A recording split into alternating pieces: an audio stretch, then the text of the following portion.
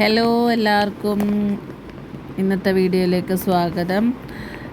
ഇന്ന് നമ്മളൊരു യാത്ര പോകാമെന്ന് വിചാരിച്ചു. അപ്പം അതിൻ്റെ ഒരു ചെറിയ വീഡിയോസും അടുത്ത കാഴ്ചകളും എല്ലാം നിങ്ങൾക്കും കൂടി ഷെയർ ചെയ്യാമെന്ന് വിചാരിച്ചു.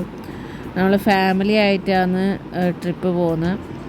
വയനാട് വൈത്തിരി എന്ന് പറയുന്നൊരു റിസോർട്ടാണ് നമ്മൾ ബുക്ക് ചെയ്തിട്ടുള്ളത്. അപ്പോൾ അടുത്ത കാഴ്ചകളും പോകുന്ന വഴിയുള്ള കാഴ്ചകളും നമുക്ക് കണ്ടാലോ.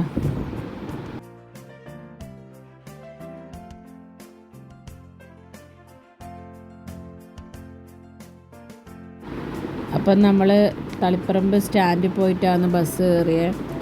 മാനന്തവാടി വഴിയാണ് പോയത്. അപ്പോൾ KSRTC ബസ്സിനാണ് പോയിന്.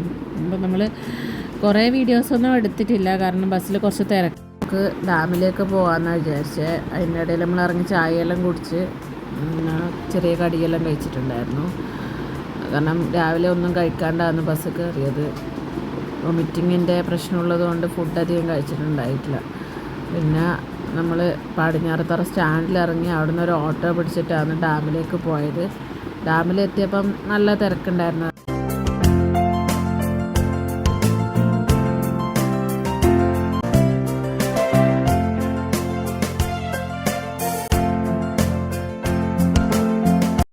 അങ്ങനെ നമ്മളെല്ലാവരും എൻട്രി ടിക്കറ്റെല്ലാം എടുത്ത് ഡാമിലേക്ക് കയറി. നല്ല വെയിലായിരുന്നു. അപ്പോൾ ഇനി നമുക്ക് കുറച്ച് ഡാമിലെ കാഴ്ചകൾ കാണാം.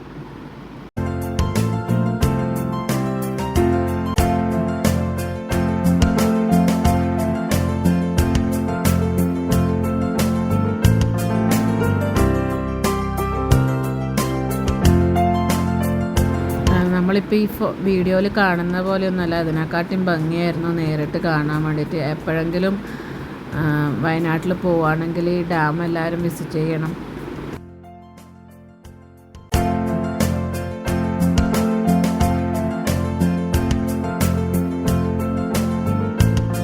ഡാമിൻ്റെ മുകൾ ഭാഗത്ത് ഈ ഒരു സ്ഥലത്ത് സോളാർ പാനൽ ഉള്ളതുകൊണ്ട് ആ ഒരു ഏരിയയിൽ മാത്രം നല്ല തണലുണ്ടായിരുന്നു. അപ്പോൾ അവിടെ നിന്ന് കുറച്ച് ഫോട്ടോസെല്ലാം എടുത്ത്, പിന്നെ അതിൻ്റെ തൊട്ടടുത്ത് കുറച്ച് ഇരിക്കാനും കുട്ടികൾക്ക് കളിക്കാനും വലിയവർക്ക് ഊഞ്ഞാലാടാനും എല്ലാവർക്കും ഊഞ്ഞാലാടാനെല്ലാം ഉള്ളൊരു സംവിധാനം ഉണ്ടായിരുന്നു.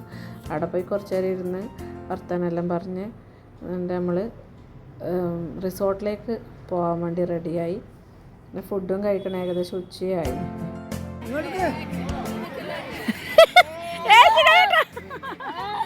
മാറി മാറി അങ്ങോട്ടേക്ക് നല്ലോണം മുറുക്കി പിടിക്കാൻ കയറി.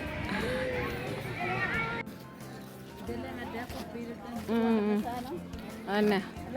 ആ, ഇത് കുറേ കാലം നിൽക്കും, മരാവും.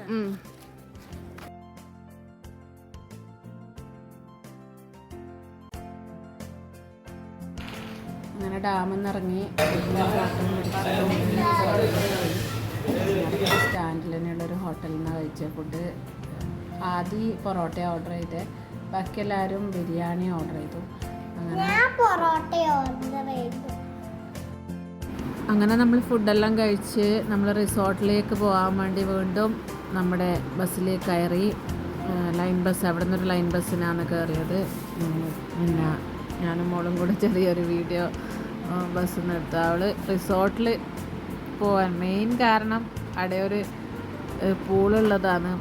അപ്പോൾ അവൾ ഭയങ്കര ഹാപ്പിയാണ്. ഭയങ്കര ഹാപ്പി എന്ന് പറഞ്ഞാൽ നമുക്ക് തന്നെയല്ലേ ഒരു സന്തോഷം. നമ്മളെ മക്കൾക്ക് ജീവിതത്തിൽ എന്നാ അവർക്ക് ചെറിയ ചെറിയ ആഗ്രഹങ്ങളല്ലേ ഉണ്ടാവും, അതൊന്ന് സാധിച്ചു കൊടുക്കുക എന്നുള്ളതാണല്ലോ നമ്മളെ കൊണ്ട്. നമുക്ക് പണം ഇന്ന് വരും നാളെ പോകും. നമ്മൾ ഉള്ള സമയം മക്കളൊപ്പരം സന്തോഷത്തോടെ ജീവിക്കുക. അപ്പോൾ അവർ ഭയങ്കര ഹാപ്പി ആയിരുന്നു. ഇതാണ് നമ്മുടെ റിസോർട്ടിൻ്റെ വ്യൂ എന്ന് പറയുന്നത്.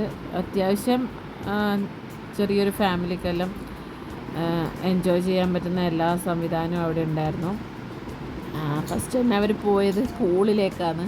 ഇതിന് വേണ്ടിയിട്ടാണ് ഇത്രയും ദൂരം ആകാംക്ഷയോടെ കാത്തിരുന്ന് വന്നത്. അപ്പോൾ എല്ലാവരും പൂളിൽ എൻജോയ് ചെയ്തു.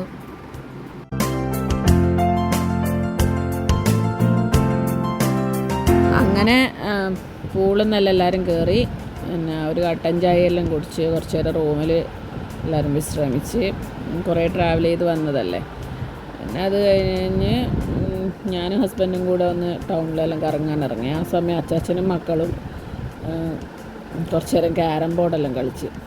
സ്വിമ്മിംഗ് പൂളിൻ്റെ രാത്രി വ്യൂ അടിപൊളിയായിരുന്നു. പിന്നെ കുറച്ച് നേരം നമ്മളതിൽ നിന്ന് കളിച്ചു.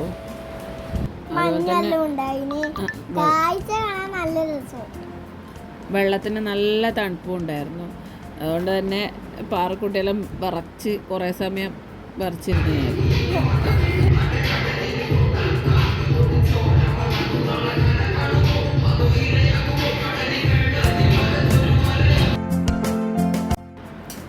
ഇത് നമ്മൾ നിന്ന റിസോർട്ടിൻ്റെ ഫ്രണ്ടിലത്തെ തേയിലത്തോട്ടാണ്. അവിടെ നമ്മൾ കുറച്ച് ഫോട്ടോസെല്ലാം എടുത്ത് പിന്നെ പോയത് ഹണി മ്യൂസിയത്തിലേക്കാണ്. അവിടെ നിന്ന് അവർ നമുക്ക് പ്രോസസ്സിങ്ങിനെ കുറിച്ചുള്ള ക്ലാസ്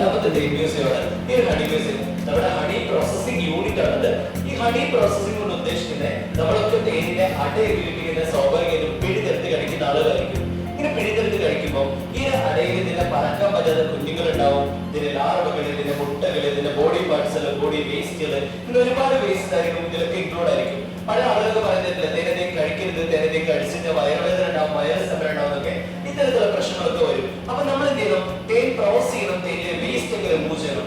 ആ ഒരു പ്രോസസ്സിംഗ് ആണ് നമ്മൾ ഒരു പ്രോസസ്സിംഗ് പ്ലാനിലൂടെ ചെയ്യുന്നത്. അങ്ങനെ തേൻ എങ്ങനെയാണ് എടുക്കുന്നതെന്നും അതിൻ്റെ കുറേ കാര്യങ്ങളും എല്ലാം മനസ്സിലാക്കാൻ പറ്റി. നമ്മൾ അറിഞ്ഞ കുറേ കാര്യങ്ങൾ തെറ്റാണെന്നും ആളുകളൊക്കെ തേൻ ഇങ്ങനെ കറുത്ത നിറത്തിലേക്ക് പിന്നെ അത് ഉപയോഗിക്കരുതൊക്കെ പറയും. ശരിക്കും ഉപയോഗിക്കാതിരിക്കുന്ന ആവശ്യമൊന്നുമില്ല.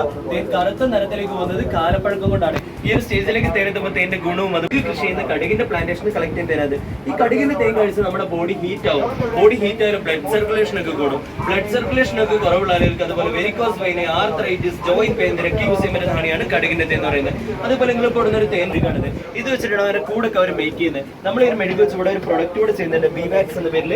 ലിപ്പ് പൊട്ടുന്നതിന് ലിപ്പാമായിട്ട് ഡ്രൈ സ്കിന്നിന് കണ്ണിനാടെ കറുപ്പണേനെ. അങ്ങനെ തേനീച്ചേനെയും തേനിനെ പറ്റിയായിട്ടുള്ള ഡീറ്റെയിൽസ് എല്ലാം കഴിഞ്ഞതിന് ശേഷം നമുക്ക് അവർ ടേസ്റ്റ് ചെയ്യാൻ തേനെല്ലാം തന്നു. പിന്നെ നമ്മൾ പുറത്തിറങ്ങി അവിടെ ഒരു ചിൽഡ്രൻസ് പാർക്ക് പോലെ ഉണ്ടായിരുന്നു. അപ്പോൾ അവിടുന്ന് കുട്ടികൾ രണ്ടാളും കളിച്ച് ഐസ്ക്രീമെല്ലാം കഴിച്ചതിന് ശേഷം നമ്മൾ അടുത്ത സ്പോട്ടിലേക്ക് പോയി. പിന്നെ നമ്മൾ പോയത് ലക്കടി വ്യൂ പോയിൻ്റ് കാണാൻ വേണ്ടിയിട്ടാണ്. അതിന് മുന്നേ നമ്മൾ അവിടുന്ന് ഫുഡ് കഴിച്ചു. ഉച്ചയായിരുന്നു അവിടെ നിന്ന് ഇറങ്ങുമ്പം. അങ്ങനെ നമ്മൾ ലക്കടി വ്യൂ പോയിൻ്റിലെത്തി.